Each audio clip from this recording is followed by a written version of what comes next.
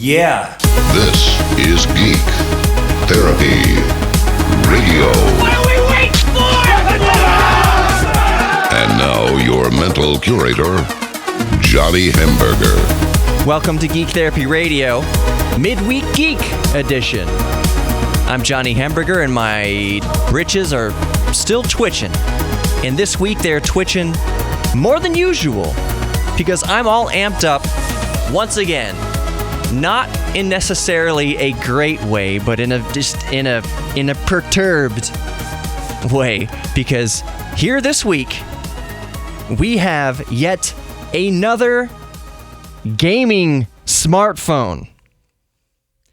Big time air quotes if you're watching this on YouTube and not just listening to the podcast. Asus has just released the ROG phone. It doesn't stand for Real Original Gangster. Sorry, Gangsta. It doesn't stand for Real Original Gangsta. It's the Republic of Gamers phone. The Asus ROG phone. And it's got me all... It ruffles my feathers. Because there hasn't been an actual gaming smartphone since the Sony Xperia Play. Oh! Lots of you are just freaking out right now, as you are welcome to do, because we're all geeks about something, so my phone geeks and gamer geeks are freaking out, just like I'm freaking out. The Sony Xperia, that was forever ago. Yeah, well, I'll get into why that was the last gaming smartphone. Because a lot of you right now are thinking, Johnny, what about the Razer phone? That's a smartphone for gamers. No, it isn't. And neither is the Asus ROG. Just because you slap the gaming moniker on something doesn't mean it's a gaming device or that it's any better than anything else.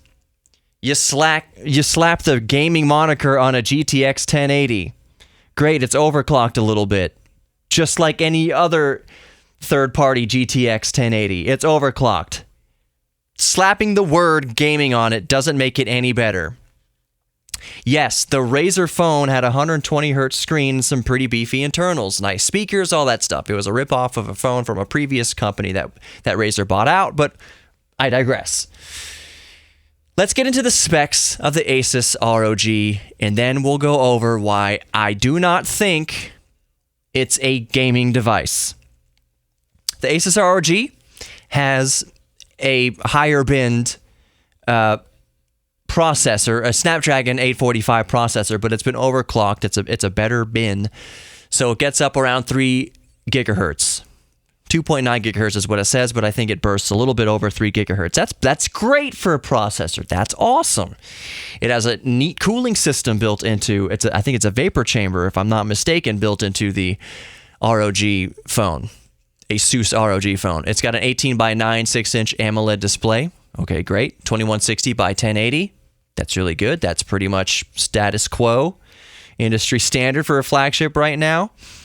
I'm going to skip over a couple of these things and then come back to them. It's got a USB port for charging, of course. It's got a 90 Hz refresh rate screen. The Razer phone is a 120 Hz refresh rate screen. This is a 90 Hz refresh rate screen.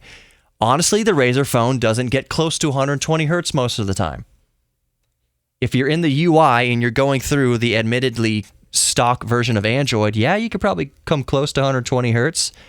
But honestly, 90 Hz is enough. 90 Hz is still a third better than the standard 60 Hz screen.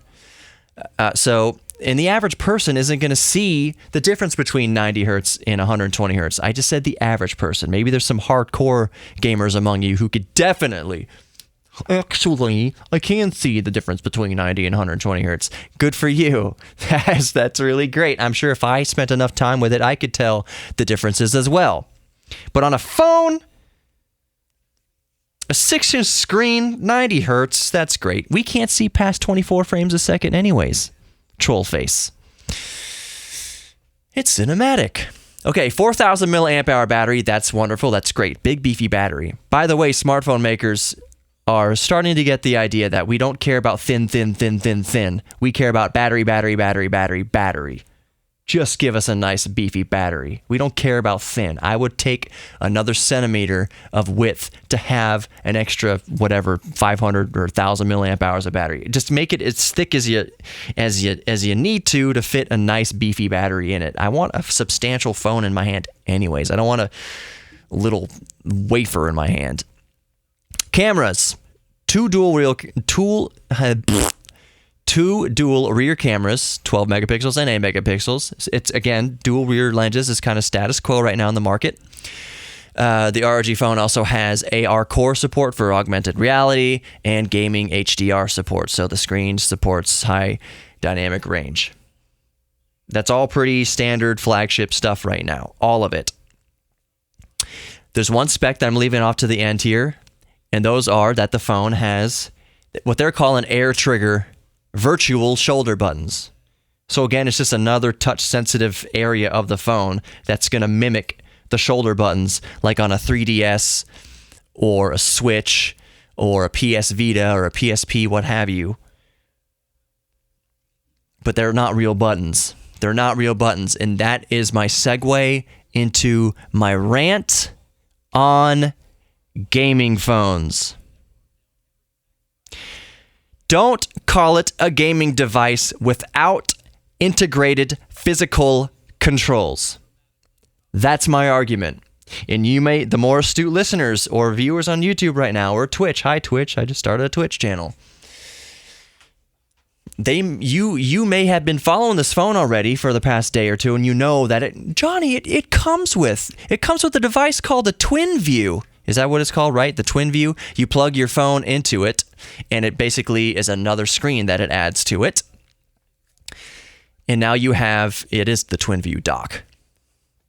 The Twin View dock adds an extra screen, but it doesn't add physical controls.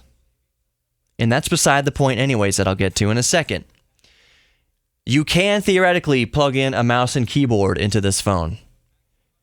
So when eventually PUBG Mobile, for instance, enables external controller support, that can be an option. But here's my argument with that. Once you're plugging a smartphone and a keyboard into a phone, what's the point? That's just game on a laptop or a PC at that point. Because you're still going to have to carry a mouse and keyboard. Those are bulky. And as long as you've got bulk, you might as well carry a device dedicated to the function you're trying to achieve. This is my main argument. A gaming phone without physical integrated controls isn't a gaming phone. Period. Full stop. If you have to take with you extra peripherals to add physical controls to your gaming smartphone, it's not a gaming device. I have an an 8-bit DO, that's an 8-bit-do, SNES Pro 30 controller. I think that's the name of it.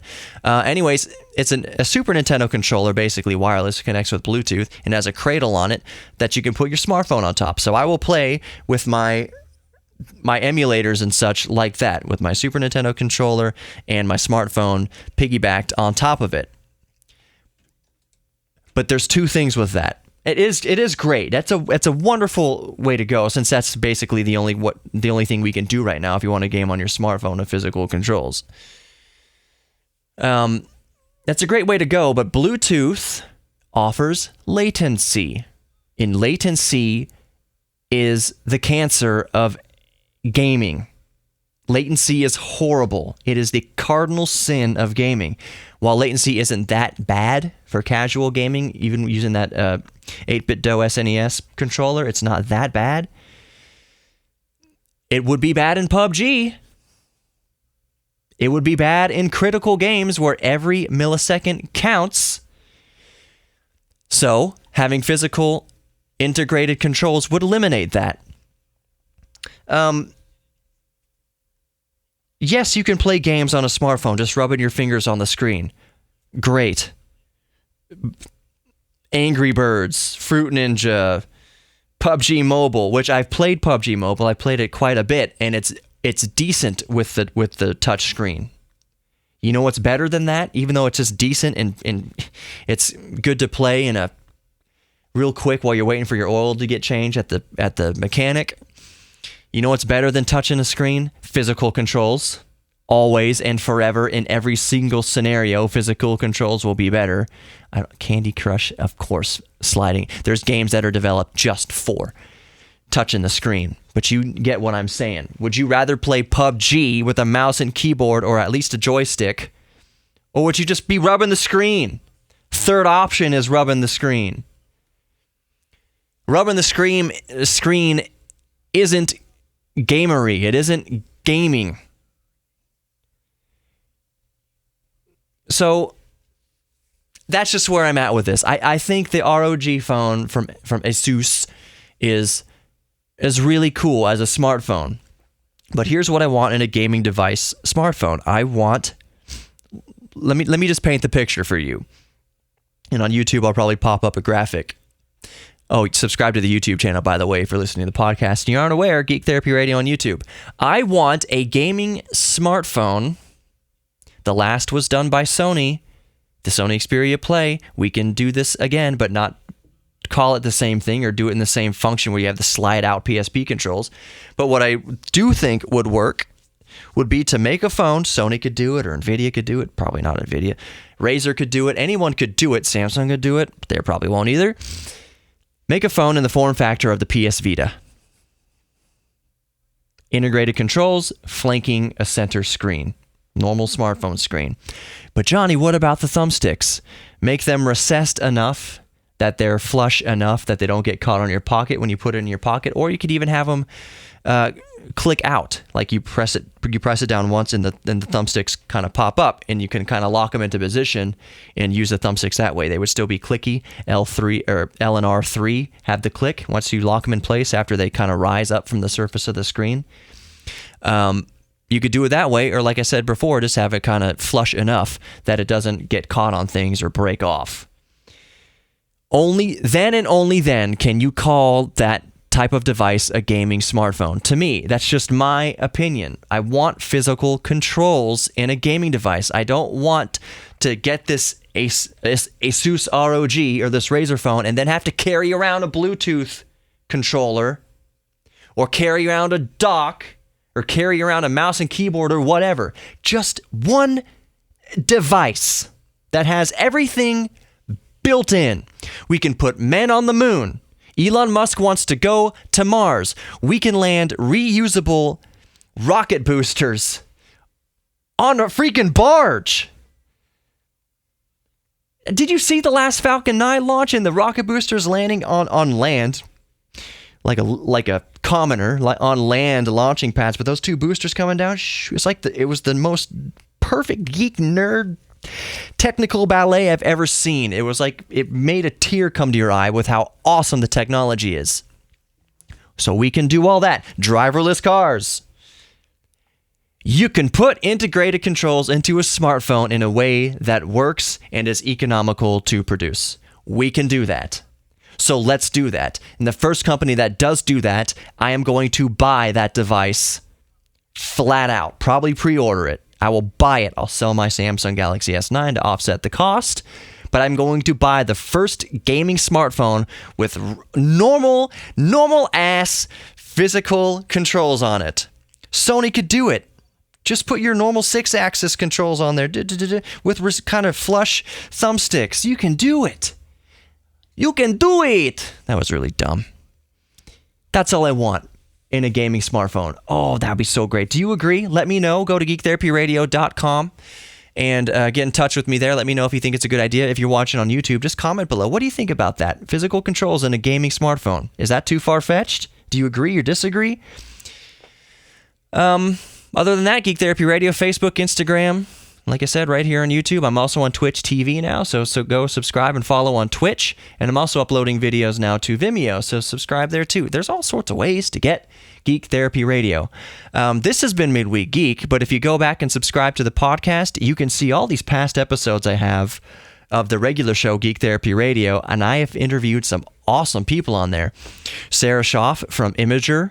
She's the VP of Community at Imager. I've interviewed James Rolfe, the Angry Video Game Nerd, the 8-Bit Guy, David Murray, Colin from This Does Not Compute, Sam Battle from Look Mum No Computer. I've got all those interviews back there and all those cool shows and all these cool geek topics that I cover. So make sure you subscribe to the podcast. That would be so super great. I'm Johnny Hemberger, and until next edition of Midweek Geek, I will continue to twitch my britches. Stay tuned for Geek Therapy Radio. That podcast drops on Friday, and then it airs here in Houston on Saturday night, I like to call it, here on KBRC 950 AM. So until then, peace out, my geeks. Be good to each other. Be good to yourself, too. It's hard to be good to others if you're not good to yourself. So treat yourself, and we'll all be all right. Indulge in your geek thing this week. Legos, painting, movies, whatever it is. Treat yourself. Indulge in your geek thing. Find your new hobby. Engage in your hobby. And until next time, I will see you later. I'm Johnny Hemberger, your mental curator. Peace out.